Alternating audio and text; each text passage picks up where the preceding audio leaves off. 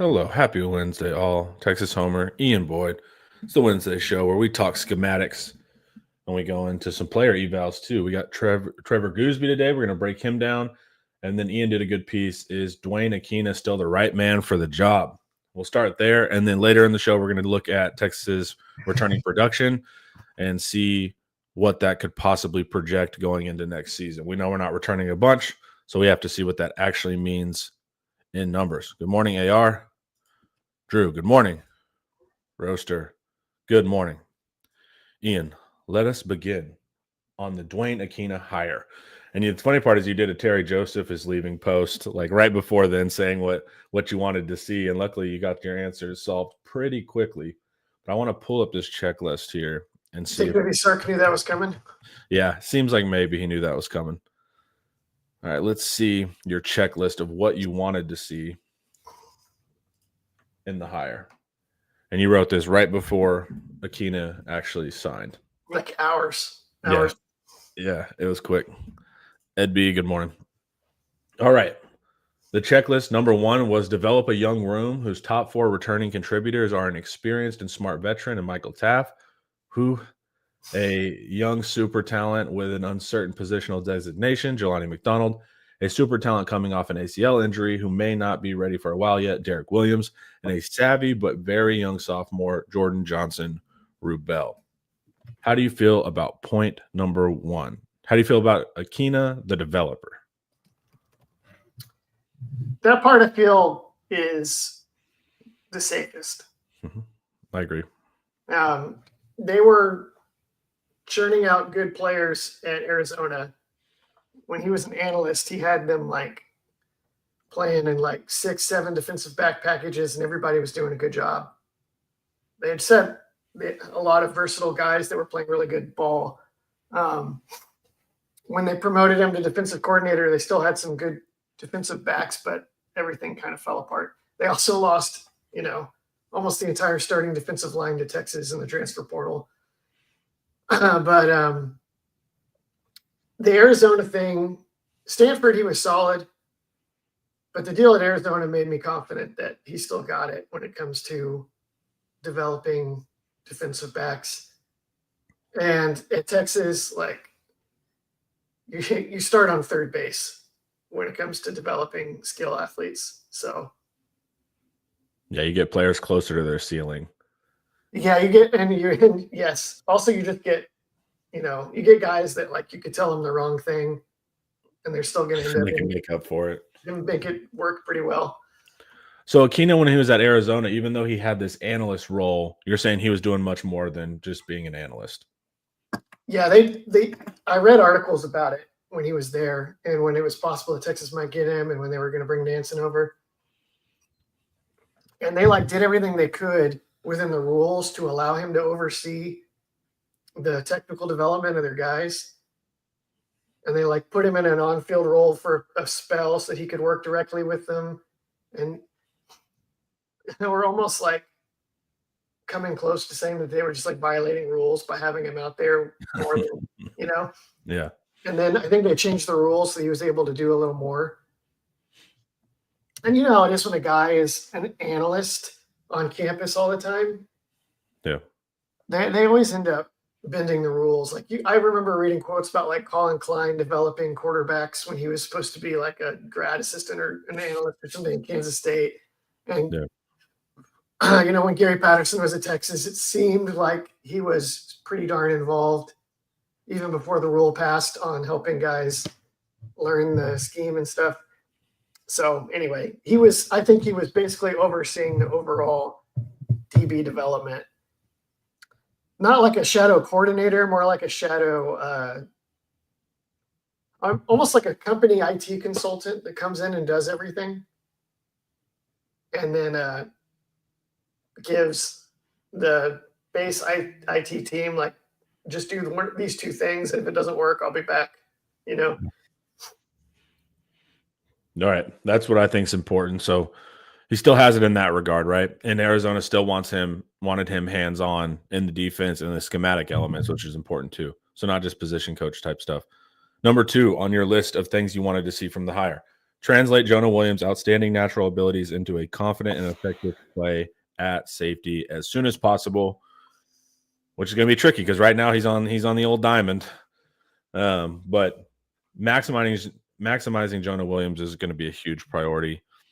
I saw. What were you on? Were you on Monday night trying to argue for him at linebacker, trolling everybody as usual? You also make another little point to that Akina doesn't necessarily take big guys like that. Yeah.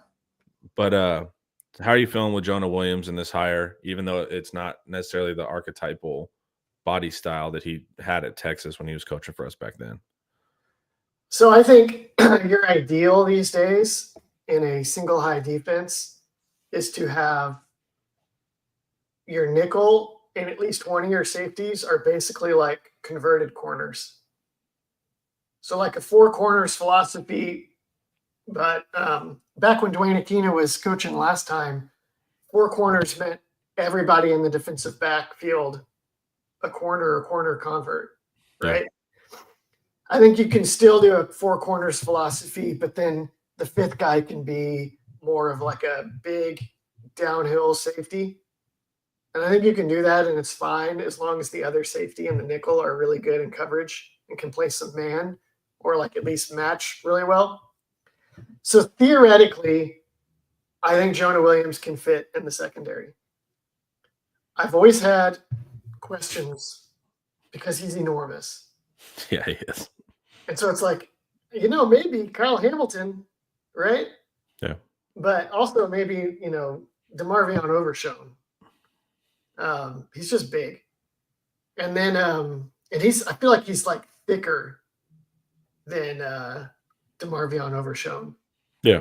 Like he's got a thicker frame. Like Overshown, it was so hard for him to get up to a realistic linebacker weight. Yeah. Also, he's injured a lot. But so he's not the kind of guy that Dwayne Akina has typically gone for in the secondary. Schematically, he can theoretically fit, but you're covering up for him. And I just don't know if Akina is going to love doing that or if he's going to be like, this guy would be really good at, linebacker. I'm going to bring Eric on here to just be like, it's not happening. Receiver, running back. I made a crack about running back on Monday when we were talking about the lack of options there. I have these questions about Derek Williams and Jelani McDonald too, because they're both listed at like 6'2", and that's not ideal for turning and running laterally on inside routes. But we've seen both of those guys do it. So it's like if these guys are actually 6'2", which also they're probably not actually 6'2", Connor. But if they are, they're like exceptions to the rule. I think it'll be okay. In general, what Akina would do is he would take a whole bunch of like Wardell Max and Jordan Johnson Rubels and Warren Robersons and guys, and then he would move some of them inside to safety. And he would have just like a horde of like 5'11" to 6 foot guys that are at least 190 pounds and thick and fast and physical. And just like blanket you and not worry about size because everybody has got a compact build and whatnot. And I don't know. This is one of my biggest questions. I feel like everybody else thinks this is crazy because Texas's safety prospects are all super highly rated. But it's a different philosophy. It's a slightly different philosophy he has than Terry Joseph and Blake Gideon had. Yeah, it's interesting. We want to see his adaptability, right? Is it always coaching exactly to his system, or can he be flexible? He also doesn't really have a choice, so it's like you got to make it work. Like these guys are NFL talent, 5 stars. Like nobody's seeing the bench, so it's almost like an intellectual exercise at that point. It's like it's got to work.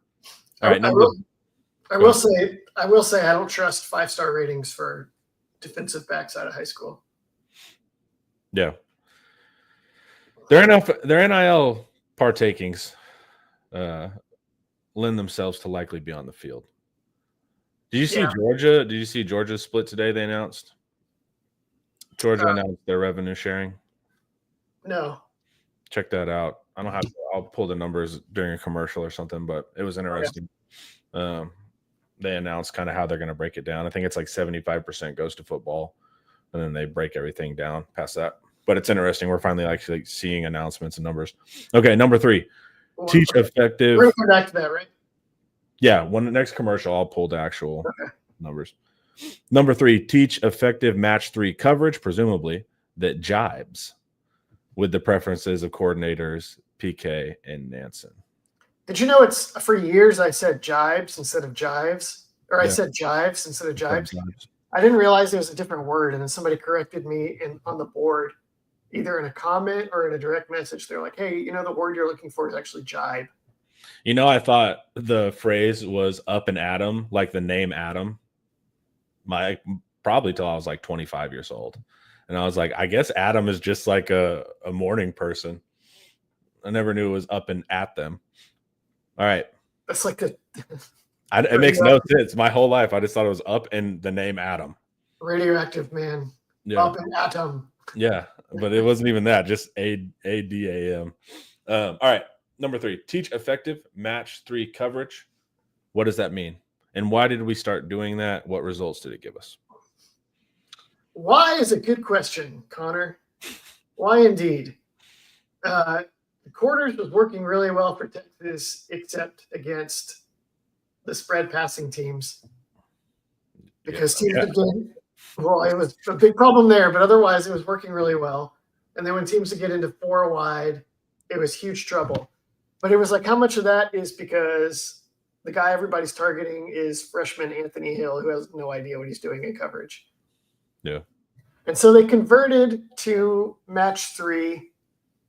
And it was like, is this because they felt like they needed to win at the higher levels, or because Johnny Nansen came in and had Sark's ear as a result of being a longtime buddy and colleague and was like, Sark, we could do way better stuff. We got to switch it up to single high. I'll get Akina up here. We'll get this thing worked out real fast. It'll be so much easier.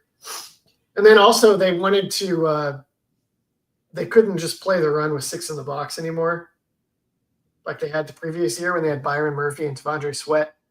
Yeah. So they wanted to be able to play usually Taft down in the box and get a numbers advantage, and match 3 let them do that. So I had also written for years about how that would make it a lot easier to blitz, because it's easier to build a blitz package out of single high than 2 high. 2 high blitzing is a different animal. Anyway, so they made that switch. It worked super duper well. You can't imagine they'd want to change. And it was interesting when they needed to hire a cornerbacks coach. One of the guys they talked about, like that Pete Nakos. One of the guys that he mentioned was the safeties coach at Pitt, which I thought was totally bizarre, because Pitt runs like almost exclusively press quarters with Pat Narduzzi. And I was like, maybe he's a professional. Maybe he knows how to coach single high, but he's not even doing it. That's a weird fit. They got Akina, obviously. This is what Nansen wanted last year when they almost hired Akina. He will teach some match 3, but Akina prefers not even match, but just straight man. And that's always been his thing. So how does that fit with us? I know fans love it because fans just think man is the greatest thing ever. They never care about the downsides of man. They just like the toughness that man brings. It's actually not as good in the blitz package.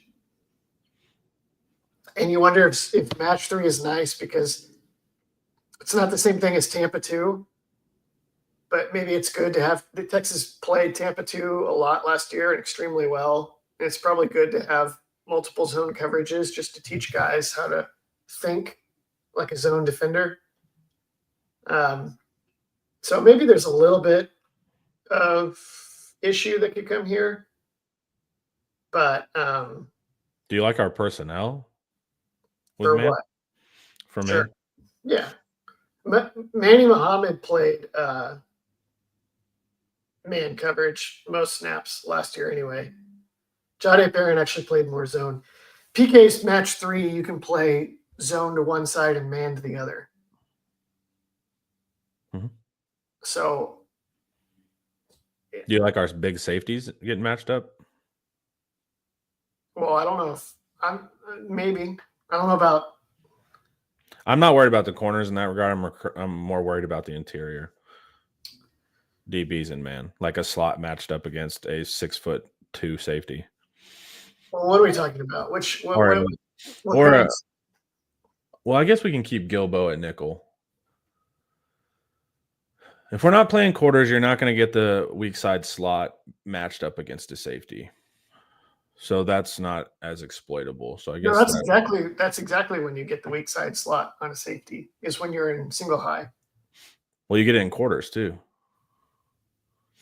If you go 4 wide, you're going to have your nickel on the strong slot, and your number 2 to the weak side is also going to end up matched up on a safety. Well, but in quarters, he may or may not have the linebacker underneath, and he's like, depends on how you do it. Maybe 8 yards off or whatever. And single high, like they played last year, they just dropped Taft down across from that guy. Yeah. So they were already doing that. They did that last year. It was fine. So a lot of times they zone it. I don't know. We'll see on this one. It would probably be better if they stayed in more match than playing man across the board.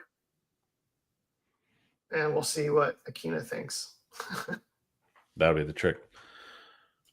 Saban calls cover 1 the best coverage in ball. Who am I doubt at Saban? Well, yeah, if you can run it. I mean, if you have the athlete advantage across the board, no doubt. It's also the most simplistic coverage. So it's who's on who, but it is exploitable. You have all the rub routes, all that kind of stuff. Only one of your matchups has to be wrong when you're in man. You can have an elite secondary, but you have a weak nickel, and they're going to pick on him. But yeah, if you got across the board 5 DBs and linebackers that can kill it and match up, then yeah, run. Why wouldn't you run, man? What makes it the best, in my opinion, is that you have 5 skill players and you have 7 guys in coverage. And in cover 1, you have 5 of your guys in coverage are responsible for a specific skill guy, and then you have 2 extra guys. And 1 plays the post on the back end to make sure you don't get beat over the top. That's really smart. That's good. But then you still have 1 extra guy. And so what I think makes cover 1 the best is not just the simplicity, but you could do a million things with that guy. A lot of teams don't do as much as I think they should with the extra guy. They're like, you can blitz him, bring 5. Everybody does that. You can double our receiver. You can drop him down inside to spy in the middle. Everybody does that. But you can also do what you're talking about, like have him go double a troublesome outside receiver, or have him go bracket a slot, or bracket a tight end, or spy the quarterback. Or a lot of teams just use him to cover one of the inside receivers so that a linebacker doesn't have to in the spread era. Well, that's all useful, but man, like Notre Dame should have been doing that with Jeremiah Smith instead of trying to play quarters for the first time all year and getting killed. Yeah. I don't know, man. I'm okay with zone. I like man. I like man situationally, but it's like we've done really good with our match 3, which can convert to man, right? Man is tough in against spread teams where the quarterback runs and you have RPOs and stuff. Mm-hmm. And there's a predictability with man, if you're facing teams that are motioning a bunch, they're getting a lot of pre-snap reads. They can learn where to go with it. There's a lot of you can exploit man very easily if you know it's coming. That's why I like some zone stuff and being in too high and rotating. You're just making the quarterback generally think more, and you can drop to spots that they're not expecting as much. I just think there's a lot of upsides to zone too that we don't always call out. AR, thank you. I'm pretty unfamiliar with Akina. Never heard of him, right? Where do you think his impact in the secondary will be seen most and that we may have not seen last year? Man. I mean, I think Terry Joseph, I was excited for him to move to safeties because I think that some of what Terry Joseph does best is teach guys anticipation. I watched a clinic of his where he talks about the funny thing in the clinic. He talks about how he prepared for opponents when he was at Notre Dame, and he's like, here's my preparation plan. The first thing I do is I find out how the Saints did. Which is like, yeah, okay. That makes sense. It's like his dream job. No wonder he left. Yeah. And he's from like New Orleans or whatever, right? Or somewhere in Louisiana. And then he would be really good at finding tendencies and then finding opportunities for players to jump predictable situations in games, which is very much a safety kind of mindset. Mm-hmm. Yeah, I thought he did a good job with the corners for the last several years, but I think he's better at teaching zone. And I think he's absolutely at his best when he's coaching safeties. And Akina is at his absolute best teaching man coverage. So before we keep going, guys, let's hear a word from David McClellan. I'm just going to say, guys, you probably need a fiduciary financial advisor. And I've got the guy for you. His name is David McClellan with Forum Financial. He works broadly and deeply with his clients as a financial life coach. And he should know something about coaching because he won several national championships as a swimmer for the University of Texas. He specializes in financial planning and has contributed numerous articles to Kiplinger on the topic of retirement tax bombs. So contact David today to be your fiduciary financial planner and schedule a 1-hour consultation to assess your financial situations. The free consultation is available, so just give him a call. The number is 312-933-8823. That's 312-933-8823. His email is also in the description below. Thank you, Elsie. All right, we'll move through these next ones a little quicker. Number 4, continue to develop the Texas defensive backs in the new Tampa 2 third down scheme. Yeah. I think this is the same thing. Like if he'll teach matching and not just man all the time, this should be fine. He knows how to teach zone. He just excels at teaching man and loves doing it. But there's 2 elements to this. There's the teaching zone again.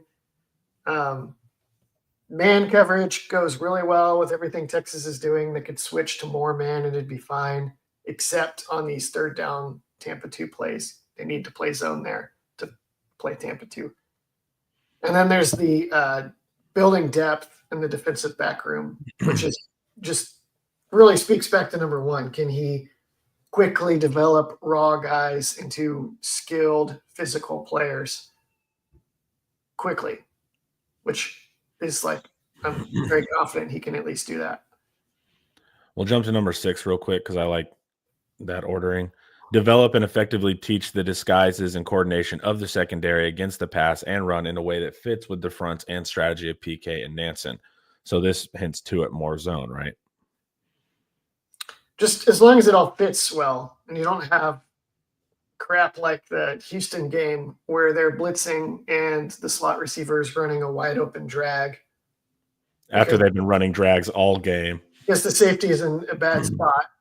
And do the run fits all work and all that. But this one again, Nansen wanted to bring Akina in 2024 to help with this. Yep. And then they just made it work. Can Akina and Nansen make it work again? 100%. There's no this one's another easy one. The reason he's here is because Nansen is like, this guy's so great at doing this. Exactly this. Yeah.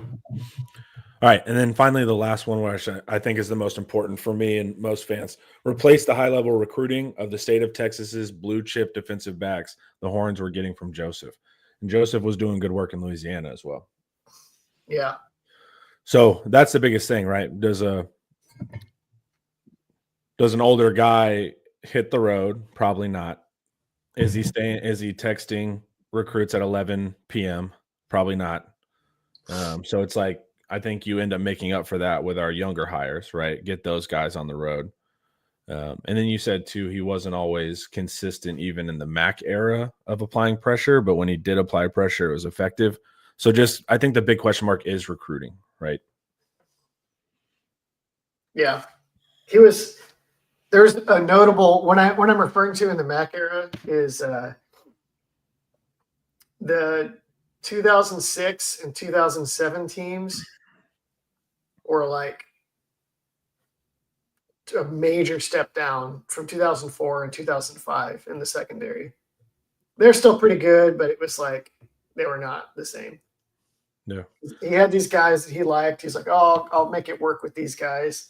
And they were good players, but they were not like Legendary DBU. First and second round talent at every position. It was like Michael Griffin's walk-on brother Marcus. He was quite good, but Marcus is like the closest to Jonah Williams too. He was like big downhill. Yeah, Marcus Griffin, Ryan Palmer, BJ Foster, Lee Jackson, maybe. Can't remember. And it was like, what happened to this room? And then he fixed it in 1 year. He brought in like Curtis and Shockey Brown and Aaron Williams and like Earl Thomas or something. It was like in like a year or two, he completely fixed it and reloaded. But the recruiting wasn't always consistent. And it's like, now that he's 68, like, yeah, I know you and Paul already talked about this. Is he going to have the drive to push really hard for that kid, that like 16, 17-year-old kid that's like loving all the attention, you know? The modern athlete. Or is he just going to want to be like, his FaceTime just going to be him going like this with his camera and then showing the wall of All-American NFL draft pick defensive backs and then take it or leave it, hang up, which you would think that should work. It doesn't. That doesn't. So no, it doesn't. Yeah. There's also, I don't even know. I don't know all the rules anymore for recruiting and who's allowed to make contact and who's allowed to do this and who's allowed to do that. I wonder if he could end up like effectively be a sort of analyst anyways. Like, is it possible that he could focus strictly on coaching up kids and let like Hudson and Orfeh and like the running backs coach or whoever else be the point person that's like tracking everybody down? And then he's more like a coordinator, like PK, where it's like, I'm going to give you a good hard sell when you come visit, but I'm not the one that's going to be chasing you down and calling you all the time. I think that's how it's going to be, though. So can that work? If that can work, then in the NIL era, yeah, I think it can. So that I think that too, but I don't know. So we'll see. Because that's also like PK is really not that lively either. No. You know, and so it's like I think that's what we see with PK. Like the NIL helps. PK can point at results. He can point at a long history of results. It's not like he's likable when you talk to him. It's not like he's like some grump or something. But yeah, he's not going to like be over the top. So I think we see it with PK, you know. And then when we talk about old school, like Gideon was an active recruiter, but Gideon was also very old school. Like I remember the first thing whenever he was here, they did like a little interview piece with him. He's like, you know, no phones in the meeting rooms and stuff like that. Gideon had also this kind of old school mindset, and the kids reacted to that fine too. So I don't know. I think you can get the young guys out on the road. They come in and meet Akina. Akina's still, if you watch him in interviews, it's not like he's not there, you know, he's still very active and engaging. So you'll like him when you meet him. And then you have the NIL aspect, which is going to make sure that it gets handled. And you have the university. I mean, you're not just picking a position coach anymore. So I think it can work. Driven young guys. Mike Gundy had a quote a couple of years ago where people asked about changes at Oklahoma State and doing this or that to accommodate younger athletes or Zoomers or whatever. And he was like, all I know is that whatever the generation, one thing that doesn't change is the young guys respond best to strict discipline and structure. The idea that this generation or that generation doesn't want that always ends up being BS. Yeah. You get like driven young guys that actually want to make something of themselves or see the possibility to make something of themselves. Then they will do whatever, they Yep. will put their phones in a block box or whatever If you're seeing results, they'll do anything. The problem is whenever like you're being a hard ass and you're losing, that's how you lose the room. But if your players know that you're getting them to the NFL and your team is going to the playoffs and stuff like that, they'll go with the winning formula. even that with the Tom Herman's teams, there was a point where you would hear all the time that the players are like, man, this guy is on us all the time, and we work way harder than we hear other kids at other schools in this league work, and we're not even winning. Yeah. Like, what is the point of this? So you'd be like, oh no, they're gonna like quit, they're not gonna play. But when you watched Herman's teams, it never felt like effort was a problem. It never felt like physicality was a problem. So it's almost kind of like in Office Space, where he tells the Bobs, you know what I'm talking about? You got to give me the quote. The meeting with the Bobs, he goes, he's like, the main thing that motivates me is I have like 9 guys that'll hassle me if I do something wrong, but that'll only make me work hard enough not to get fired. Yeah. But hard enough not to get fired is sometimes still pretty good. Yeah. Yeah. Like Herman's standard of how hard you have to work not to get fired or chewed out seemed to work. Yeah. Athletes, man, what the nice part about athletes is they're coachable generally, so they'll do what you tell them. You just hope that you're telling them the right things. But I don't need this modern coaching style. Like you're going to have to, some things you're going to have to play the game with, right? The 5-star that there's a bidding war between all the majors. You're going to have to play that game. You can't just purely be above it. That's not wise. But you could still be quote unquote old school. And also I'm also doing a heuristic here just because he's 68. I don't know if he's old school or not. He might be more cutting edge. But we'll have to see. I think he's I think Drew and maybe some other like old head guys have mentioned, like when he was going to come in 2024, they're like, these guys better be ready to do the same drill 100 times until they do it exactly right. So yeah, but I love that. I think he's a little bit old school. Kyle Flood, I think, is kind of like that too. What's the Bruce Lee quote or whatever? All right. What's the Bruce Lee quote? The one, I don't fear a guy that's practiced 1,000 kicks one time. I fear the guy that's practiced one kick 1,000 times. So those levels of reps. All right. We got through the Akina stuff. Let's look at Trevor Goosby, who got a lot of quality reps, man. I still can't believe he was thrown into some of those situations, but hey, shout out Trevor. I think we got another early round tackle in our midst. Let's look at him versus Damon Wilson. Trevor is going to be right here at left tackle. Let's see what we got going.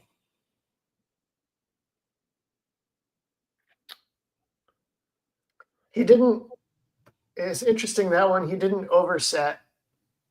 Like he kind of mirrored him a little bit. Yeah. And when he needed to get out, he got out. I don't worry about guys running around Goosby that much. Yeah, he actually set a little bit deep, I guess.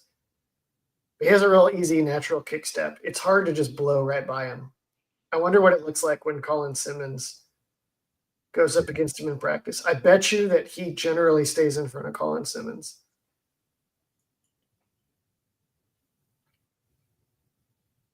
Good reaction time, too, on the jump, on the snap. Yeah, he's quick.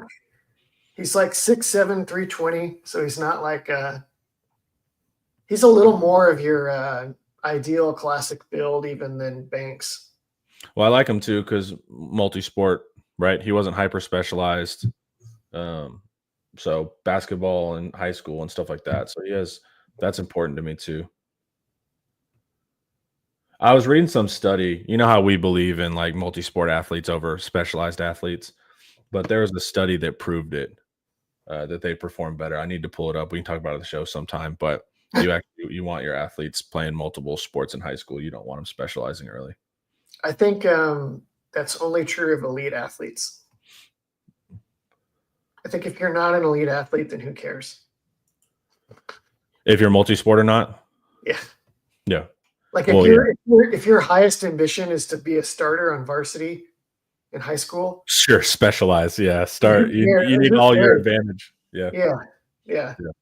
yeah. But That's when we're talking about like an NFL athlete, yes. you yes. want them to have played multiple sports. Yeah. So I like Goosby here. Good get off. Adjust. No problems. All right. Even I guess even the like varsity football, it still usually helps if you do wrestling or powerlifting or something in the off season that yeah. Go ahead. Develops you. Next one. It's not. So the inside move is what I think you have to watch for with Goosby, and he almost gets it here, but he stops it right there. Potential hold, I'm not sure. Well, you notice on both of these, he gets his hands inside. That's what I have to see, yeah. But you see he jerks them. When your hands are inside, you can do whatever you want. Yeah, exactly. Fair enough. So he's generally pretty good with his hands. They're long. Well, his hands might be long. His arms are long, obviously, because he's 6'7". He's strong. I almost put in another clip where he was like getting beat initially on an inside move, and he like recovered and kept in front of the guy and like re-anchored and was fine. He's This is also against Georgia. That's so crazy. It is against Georgia. The only thing that we'll get to in a second is that Georgia had like, I want to say 2 or 3 dudes that are going to be drafted high as pass rushers. Jalen Walker, Michael Williams. Yeah. And this guy isn't either of those. Who is this, Damon Wilson? Yeah. Who transferred to Missouri, and everybody was like, uh-oh, Georgia lost Damon Wilson. I don't know if they were that worried about it. All right, here's Michael. Man, Michael's a special player, You man. can tell the difference right on this one. Yeah, so left tackle right here. Yeah, the inside move. That's what I was worried about. And I noticed this was a pick, too, which wasn't all Goosby's fault, but it did surely rush Quinn. And Quinn is not the quarterback you can allow that to happen to. You know, that's like the last thing you can do is have Quinn nervous in that regard. That footwork.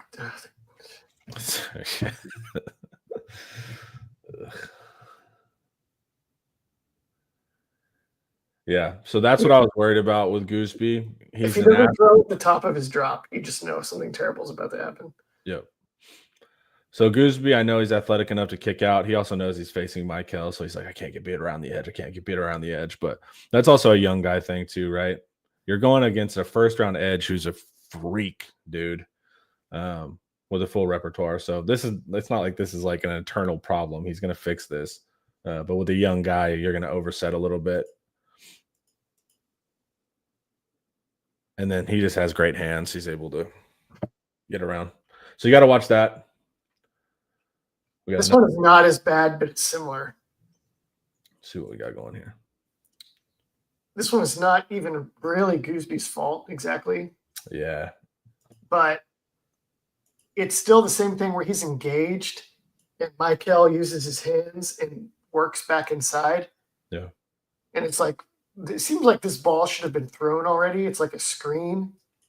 Well, right when Quinn fakes right there, that's when, and it's not there. So see, like Quinn pumps right there. So the ball should have been out there. So technically I'm not mad at Goosby there, but still as far as the rule is don't let guys hit your quarterback no matter what. And also, if hypothetically it had actually been a drop back pass instead of a screen, like he's trying to find Helm running up the middle. Yeah. And whoever one is, Munden or Allen or whoever picks up Helm running up the middle. So Quinn's like, uh-oh. See? Yeah, exactly. It's not like totally mans him up. So his shot that he's expecting to take isn't there. And then, we know with Quinn, that means something terrible is about to happen. Yep. But what I noted was just that Michael absolutely shucks him inside. Yeah. And that's not, even if it's like, hey, I'm not expecting to have to block him that long or whatever, it's still like. Still a data point. He had some issues with Michael. He didn't have to face him that often. They put Michael on like the guards a bunch, man. I was gonna say, dude, there's very few people that don't have problems with Michael Williams, dude. But that's because he doesn't have a season of reps, dude. He's like, what? He came in versus A&M. So what are you, game 2? You're going against Michael Williams? Like even Kelvin Banks got to play like G5s for the first couple, I think. It's a good indicator. Well, Kelvin Banks had to face Will Anderson in his second. Oh yeah, you're absolutely right. You're correct there. He's kind of a similar analog to Micah. Yeah. This just gives you an idea of like how far he is from first round tackle. Yeah. He's right now, Trevor Goosby. If Trevor Goosby was eligible, he would not be drafted in the top 15 or whatever. He still might go on the first or second just because of traits, kind of like Cam Williams, but he's not there yet. That's fine. He's got a year. We're not worried about it. Yeah. All right, guys, before we keep going, let's hear from Luxe Kitchen and Bath. This video is brought to you by Luxe Kitchen and Bath. Luxe has been offering high-end kitchen and bathroom remodels for 3 generations throughout the greater Austin area. With 5-star review after 5-star review on Google and Facebook, and an A+ rating from the Better Business Bureau, you can put your faith in Luxe Kitchen and Bath's award-winning designers and skilled craftspeople to bring to life that dream vision of your special home. But that's not all. Luxe's all-star team provides full remodels, large additions, and even commercial build-outs as well. So call Luxe Kitchen and Bath at 833-358-LUXE today. Or visit luxekitchenbath.com to discover where quality meets luxury and begin the process of transforming your home.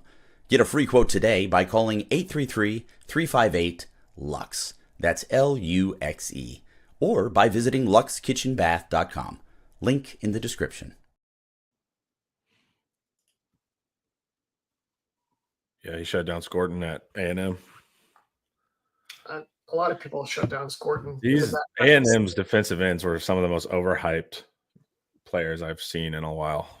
Like Scorton, they have traits, but he's also not very athletic, like around the edge. Like they can bull rush and stuff like that. But as far as like being twitchy, scary, man, A&M overhyped their guys. They have traits, but they did not have the production they should have had. They felt like there was a little bit of Isaiah Bondish kind of stuff with Scorton too, where it's like, I don't know if he was like in optimal shape heading into the year. Maybe he got a little beaten up and worn down over the course of the season, like Joel Embiid does every single year of his life. Yeah. Let's look at Goosby on, I think this is an inside zone run game clip. Check it out.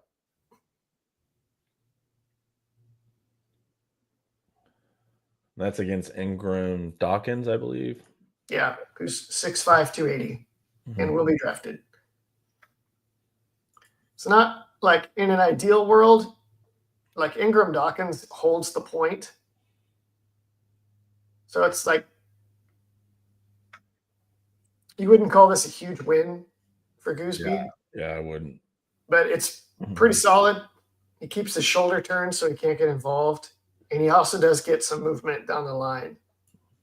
And the reason that the play goes awry is definitely not because of him. It's because Hayden Connor got just destroyed by Nazir Stackhouse, number 78, who makes the tackle. Yeah. Somebody was telling me that his PFF grade from this game and run blocking was really bad. Who, Goosby? Yeah. And I was like, that seems bogus to me. I haven't looked at it. I don't generally look at individual game grades. Okay, double team with a tight end chip.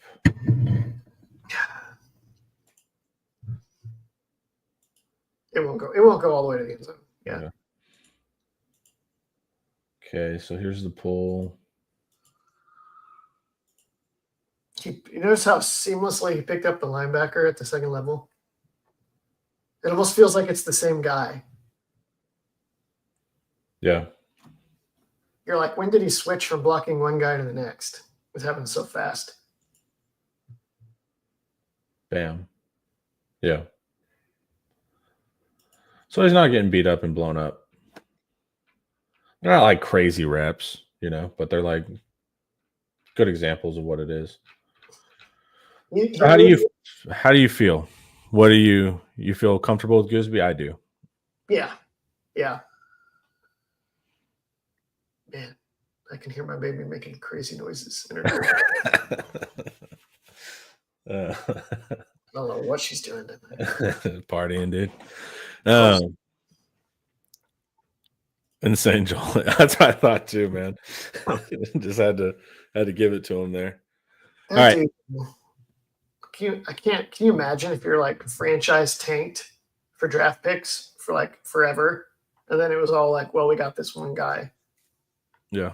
And then he's just like shows up out of shape every year and then gets injured every playoffs. So it would suck. Dude, I didn't even watch the game last night. How did Luka do? Did you watch it? I can't engage in that. He didn't score. He didn't score just a ton. And the Mavericks obviously were like, let's not let him drop a 40 piece on us tonight. Yeah. But then he had like almost 10 assists by halftime. And got some I fell asleep at halftime, but took it home, got some free throws. The Lakers are pretty good. They're pretty interesting. For a team that doesn't have a center. Okay. Let's look at returning production. Yeah. And then we can hear the fans say, returning production doesn't matter. And then I'll give them some stats on that it does matter. Okay. So here's the first things first. What is returning production, right? It just means guys that are coming back to your team that have produced, receivers coming back that have yards, quarterbacks coming back that have passing yards, offensive linemen coming back that have snaps, blah, blah, blah. The formula for offense works like this. 40% of the equation that creates the rankings is returning offensive line snaps. Texas, of course, is going to take a hit here. Percentage of returning wide receiver, tight end receiving yards is 35% of the equation. Texas is going to take a hit here. Percent of returning quarterback passing yards is 22%. We're not returning our starter, even though Arch got some reps. Texas is going to take a hit here. Running back, this shows you what they think running back means for the game. 3% of the equation is running back yards. We're losing Blue and turning Wisner, right? So we know on offense we're not returning a lot. Therefore, we shouldn't be shocked that we're going to have really weak returning production in 2025. And let me pull all the way up here. Let me get the exact number for Texas. Texas's returning production is 103rd in the country overall, but on offense, it's 126 in the country. We're only returning 29% of our production. Now, spring's, of course, going to come, and we're going to bring in transfers, and you're going to be able to count their production towards it, so that matters. But Texas is not in a great spot offensively for returning production. What do you know what it was last year? I do have 2024 up so we can see. Texas's returning production on offense last year was 30th in the country. 74%. So the question will be like, well, who cares, right? How much of that was? A lot of that was obviously that they brought back almost the 4 linemen and the quarterback. Mm-hmm. Yeah. Go ahead. So this is back tested to see if this even matters, right? Because that's going to always be the retort. So if we look solely at the teams returning less than 40%, which is Texas, there are 19 in 2025. 18 of those are at the G5 level. Regression comes for 75% of those on average, and 50% fall by at least 10 points in SP+. So we know that if you're a betting man, Texas will get worse 75% of the time. Mm. Now, Texas was at the top of the sport, so it's kind of like, duh, right? Like the odds are, of course, but it does matter. This is back tested. 3 out of 4 times teams with low returning production are going to regress. 25% of the times they don't, right? So you hope that maybe Texas is in that 25% where, we've been able to beat the equation via talent. But what's interesting too, for returning production, he states teams that are going to, let me share this with you. Teams that are going to improve. Texas A&M will likely improve. 13th in S&P Plus in 2024, but they're 6th in returning production in 2025. So A&M should do a lot better. We're going to play them. Florida is 18th in returning production, so we need to expect Florida to be a lot better. Clemson is first in returning production. I think everybody knows that when we played them, expected them to have a better new year next year. Yep. NC State, 9th in returning production. They should improve. Okay. Illinois, Oklahoma is 10th in returning production. What? In 2025 overall. How? They have guys coming back that are returning production. No one produced. What? Who are they? Who is he counting here? I don't know. This is overall. This is okay. This is overall. This is not just offense. Okay. This is overall. Yes. And then Auburn also is going to be improving. And then unfortunately, Arizona State is 2nd in returning production. So Clemson and Arizona State, if you're a betting person, and this is here, there's another rule. Teams at 70% returning production or higher, so at the top end now, improve 70% of the time. So 7 out of 10 times, guys, these teams are going to get better. So if you're a betting person, you should assume that Clemson and Arizona State are going to have better seasons than they have, which is interesting because both of them went into the playoffs. Yep. Okay. Here's the most likely to regress, right? So the top of the sport from last year are all looking shaky. Ohio State is 101st in returning production overall in 2025. Ole Miss is 113th. Oregon, 109th. Georgia, 105th.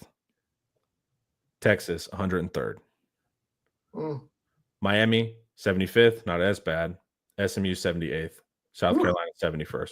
But at the top of the sport, when you think of the major brands right now, I mean, almost all of them have, a 75% chance of regression. But once again, most of these teams made it very far in the playoffs. So it's like, yeah, if you don't make it to the semifinals, you technically regressed. Yeah. But it is interesting. So what it's saying is either all these teams are so damn talented that they're just going to reload, maybe, or the sport's going to be more open next year for a new style of winner.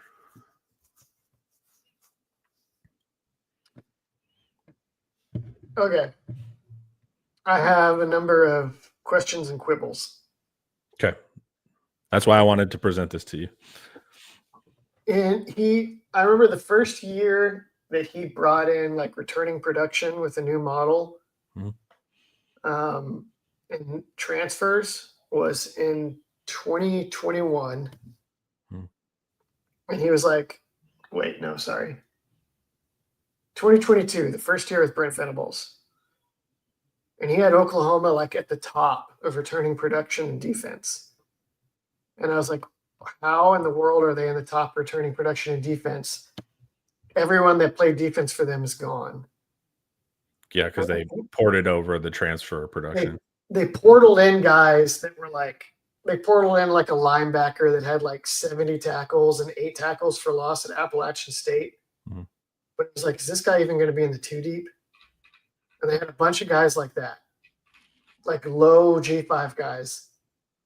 And sure enough, they absolutely sucked on defense. And so the returning production is really hard. I know he's tried to figure out how to weigh it since then, but it's really, really hard to weigh these days in the portal era. So he has a transfer section that I'll pull up. I want to take a quick detour here. The SEC is going to be second in returning production. So that's just for us to know that our SEC schedule, I mean, it's a no-brainer. It's going to be harder this next year Yeah. than it was. Okay, let's see here. This is also an interesting part. Lower production, or returning production is lower than ever in 2025. So this was like the averages. So it went from 75% on average to 50%. Yeah. So that's pretty interesting too, that like teams are naturally becoming more unstable over time. I guess that's just how portal works. Let me see. Okay, so he thinks why that's happening is the 2020 COVID years are getting taken away. Yeah. So your bonus players are gone, and then transfer portal is speeding up. So he had a portion about, I need to try to find it. How SP Plus accounts for transfers. He's had to change the way transfers are accounted for. Okay, I match an incoming player's production from his previous team into a numerator and denominator for his new team because the translation in moving from lower levels of the sport to the FBS is extremely inconsistent. I give only half credit for players transferring up from lower divisions. So if your quarterback leaves and you bring in a transfer who is productive elsewhere, hello, Miami, Carson Beck in Indiana, that dampens the blow of your quarterback leaving. Wait. Half credit. Okay. It gives you if you're coming from the FC, he's solving for your problem with OU in the first year, that they were bringing in highly productive guys, but they were coming in from the FCS or the G5. So it was a hack. So he's saying if you're coming in from the G5 to OU, you're only getting half credit for your production. Okay. You know, but what we know that there are questions, but we do know these are still back tested. So if you're a betting person, you're going to take these odds every time. 75% of the time, teams with low ones are going to regress, and 70% teams with high rankings are going to improve. So it's not perfect. There's a 30% error there, but you're going to win. You're going to be correct 70% of the time. It still feels like a dressed up, we got 7 starters back on offense. And then it's just all these numbers attached to it, which it doesn't do that much for me. But it's back tested and proven. There's no. Well, yeah, but of course, if you have 7 starters back on offense, then you're probably going to be good again or better. Yeah, you're going to be better 75% of the time. I mean, that matter. Putting a number on it, because we're going to assume they're going to be better, but they're not going to be better 75% of the time. In 75% of the tested incidents, the team was better. Right, but it's not quite the same thing. But it is. Functionally, it is. They're testing all the teams. You're going to be right. If I take a coin flip of this team that have, let's say, low, 75% of the time, if you're low, you're going to drop. I'm still going to be right 7.5 times out of 10. It's back tested. I mean, I know you're anti-empiricist now, but the numbers, yeah, but the numbers are the numbers. So I mean, I don't have a problem with the correlation. I just don't know that it's. I think I like this. I like the teams that he said these teams are going to improve, and then there's generally the teams that I'm like these teams are going to be good, and then the teams that he's like, hey, these teams are overinflated right now. They're not returning much. Those are the same teams that I am like selling on a little bit. So you agree with him, but for some reason you don't. I don't like the way I just don't like the numbers way of getting there. I like to look at the feelings. Well, I mean, you got the put a number on it. People involved. Like you'll see teams all the time where it's like, okay, Ohio State is losing Emeka Egbuka in the slot, and they're losing just a ton of production from that. And I think they're losing. Are they losing their running backs or no? I don't know. I haven't dived into them. Maybe they're not. Let's just say Egbuka. Egbuka is gone. What's going to happen to Ohio State in the slot position this year? Yeah, Oh, they're gonna bring in a new 5-star. they're probably going to be really freaking good. It's going to be somebody that hasn't done anything yet. Well, that's what's tough with these like really good teams, right? Because you feel like you're in that. You could argue far easily that they're in that 25% where you get it wrong, right? Because you do have the next 5-star up, but the numbers are still accounting for that. It's not saying it's saying we're right 7 out of 10 times. Well, and Bill has a recruiting component that he throws in there as well. Mm-hmm. His deal is great. It's just I feel like it always gets you to like 75 or 80 or whatever percent certainty. Yeah. And it's like, I don't know how much better that really is than just like glancing at the roster and being like, oh, that guy was good and he's back, you know? Or that guy was good as a sophomore. I bet he's really good as a junior. Yeah. But that's the exercise. It's not like hyper groundbreaking. It's just a way to have accountability. I like that it's thorough and roster deep. Yeah. And it's consistent across league. It's consistent across conference. There's not like a bias here. But I do agree with like the top teams, right? You're more likely to be in that error margin because these, like you said, Emeka goes down, but then the next guy up's a 5-star weirdo freak, you know? So it's like, so I agree. But also, like I said, some of the error too is like, yeah, I do think Ohio State's going to regress because I don't think they're winning the national championship. You know, so it's like you also, when you get to like the top of the sport, like Texas having, you know, Texas this year doesn't get knocked out in the semifinals, they get knocked out in the quarterfinals. It's like, yeah, they technically regress, but it's also once their margins are so small once you get to the top of the sport. What I do think is important that we need to be aware of is that our schedule is going to be a lot better in experience. So it's like Florida is going to be a real thing. A&M is going to be better. We're going to have a bunch of opponents that have better experience than we have going up against. Can the talent gap cover that? Yeah. Yeah, well, the schedule, I still think the schedule is pretty favorable because of the timing and where it's all placed, but it is definitely harder than last year, which when the schedule was right. For an SEC schedule, it was kind of a joke. Yeah. And I know Texas fans hate hearing that because like Luxe kept saying that all year after saying, just wait till Texas gets in the SEC. Yeah. But he's right. With their plan, they got a pretty good draw last year. Yeah, it was a pretty nice schedule. Fans hated that, but it was true. We got a little bit lucky there. It's 100% true. Yeah. It wasn't the old school SEC West deal where you play like 4 squads with like top 15 rosters or whatever. So A&M, let's look through our schedule. A&M is going to be 6th. Vandy is 8th. Oklahoma is 10th. Yeah. Liberty. Florida is 18th. We do not play Auburn. So looks like we're a little front loaded here. Yeah. Mississippi State, 37th. That's kind of high. Mm-hmm. They lost their quarterback, though. Yeah, but they returned the greatest quarterback of all time, Blake Shapen. Yeah. Losing Van Buren was a dumb. I would have never let that happen. I would have let Blake go before I let Van Buren go. I don't know what happened there. I don't either. Probably LSU money whipped him, though. We don't play Missouri. We play Kentucky. So, I mean, about half, at least like half of our conference schedule is like top, there's 130 teams. So top 40, top 30% in returning production.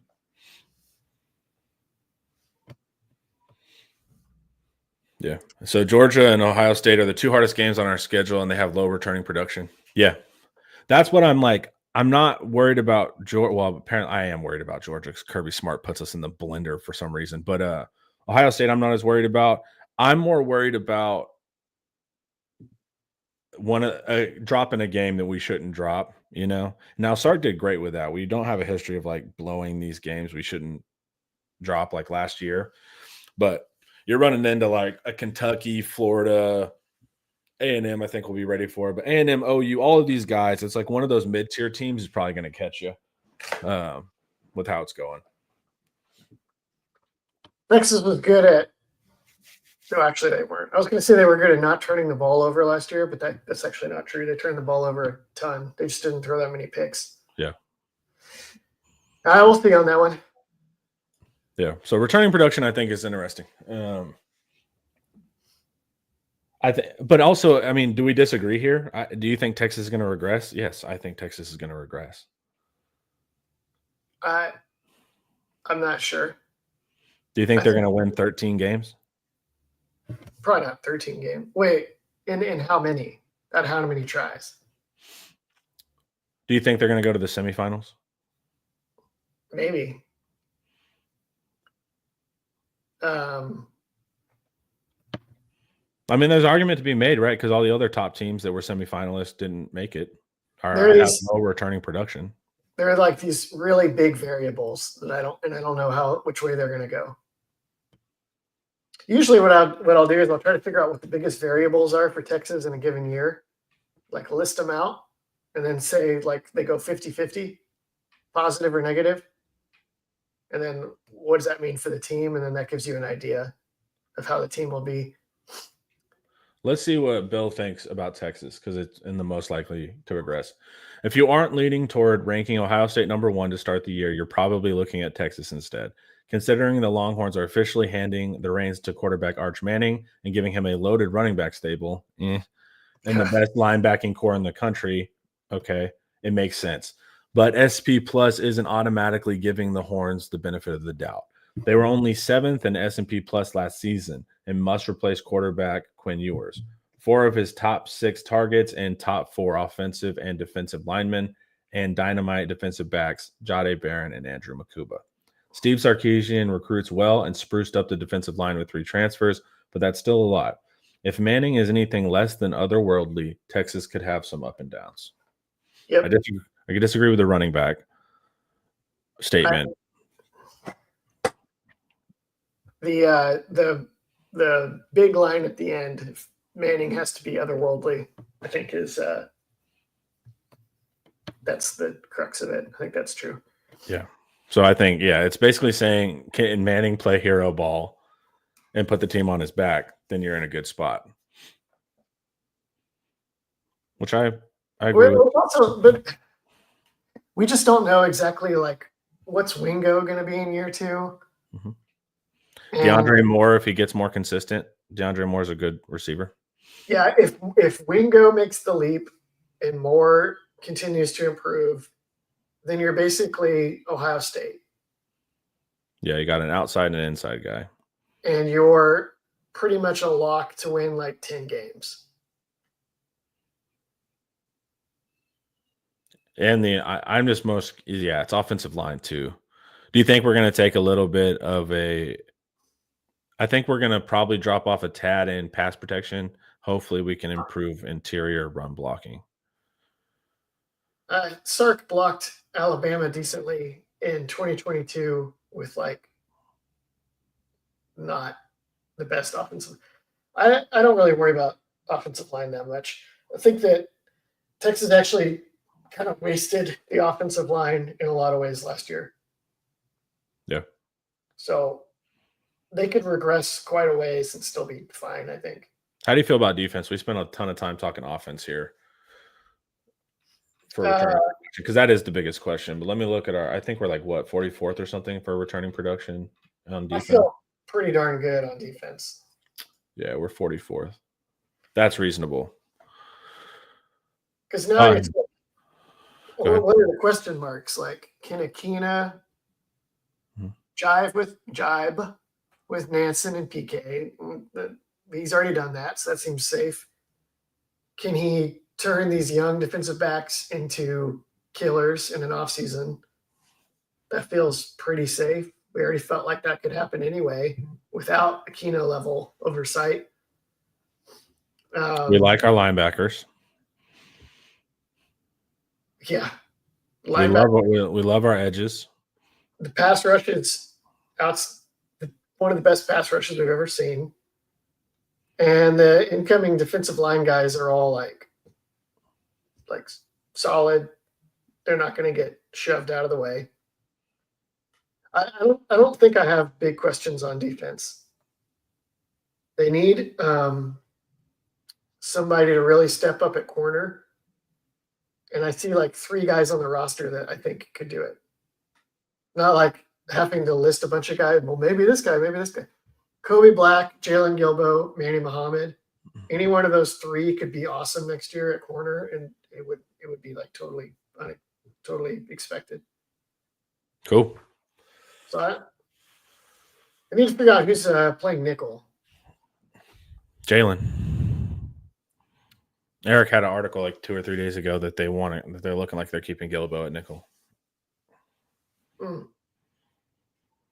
Interesting. Yeah, I thought it was too, because I thought we were kind of assuming he was going to move to corner. Really? I don't think I read that one. Yeah, I think we covered it on the Monday show. Hey, somebody over here. When Eric did that ranking of like the positions, I think it was that one where he did the positions on like most sketchy to most known. I think that's where he wrote that Gilbo would likely be at corner or nickel. Sorry. We'll see. Can you, before we go, Brad Chesney said, Ian, I had the opportunity to see Jelani McDonald in Nashville with a sideline pass for the Vanderbilt game. He is massive. Brad, over under 6'2" and over under 205. We have to see how snappy he is. Yeah, we'll see if he's still with us. That's his listing on the roster. And I don't know how big, if that's accurate. And they're rarely bigger than their listing. Oh, here he goes. 6'2". Okay. Yeah, he's not bigger than that. 6'2" exactly. Weight is hard. Yeah, weigh him.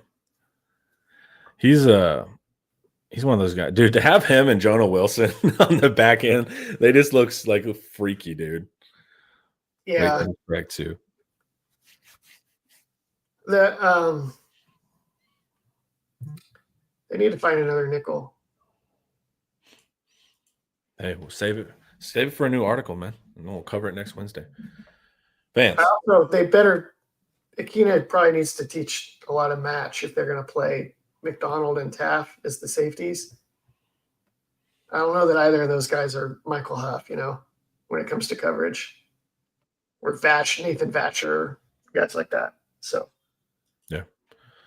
Vance, thanks for hanging out with us on this beautiful Wednesday. Ian, thank you for your insights. Numbers are all lies. That's what Ian wants to leave you guys with. Do not trust evidence. All right, guys. Peace out.